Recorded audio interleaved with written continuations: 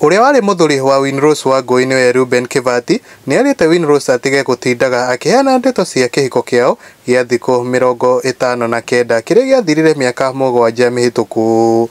Reuben erite Winrose onake no aheane rugano rwa mwena wake na akamwira atigane nake kaimana na aheanage cia kihiko kiria ari kwa ihinda riri.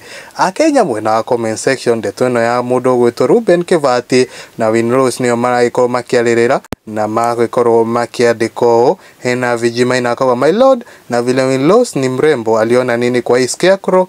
Jamani, hata hujaitajwa jina yako but it's good tumekujua.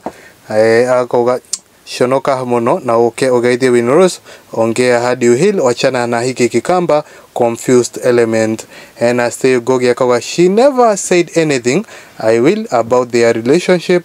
She actually said both were to be blamed due to their ego, age and exposure. The interview was very mature and very educative to any new couple and couple in courtship. Congratulations Winrose. Wokuru kwa mwagi wa Mohoro gakorwo ngikuheana gitio kinene ukorwo subscribe thini wa YouTube channel eno nigetwo ikorwo tuki-upload Kikuyu celebrity news wa ikorwo wa mbere gukorwo ukinyita information o hari uri.